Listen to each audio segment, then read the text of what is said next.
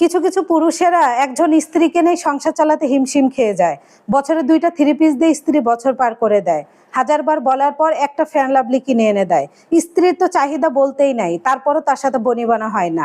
পুরুষ 4টে বিয়ে হাদিস এনে স্ত্রীর সামনে দাঁড় করায়, যার সকাল 6টা থেকে রাত 12টা পর্যন্ত কাজ করে শুধু সংসার চালানোর জন্য। মাসের শেষে 10 টাকাও পকেটে থাকে না। বছরে 1000 টাকা বাবা মার হাতে কখনো তুলে দিতে পারে না। সে নাকি 4টে বিয়ের হাদিসে তার অনুমতি আছে। শুধু টাইটেল দেখে পাগল হয়ে যায় 4টে বিয়ে করার জন্য, যে হাদিসে পুরুষের 4টে বিয়ের অনুমতি আছে। 4টে বিয়ের অনুমতি পুরুষের কখন দেওয়া আছে? হাদিসটা কখনো পড়েছেন ভিতরে যে পুরুষের কখন 4টে বিয়ের অনুমতি আছে? আমি কাউকে ছোট করে কথা বলছি না। অনন্ত জলিলের যে পরিমাণে টাকা আছে, সে 3-4টে স্ত্রী রাখার অ্যাবিলিটি আছে, তবু সে কখনো 4টে বিয়ের হাদিস বা 4টে বিয়ে করতে চাইবে না।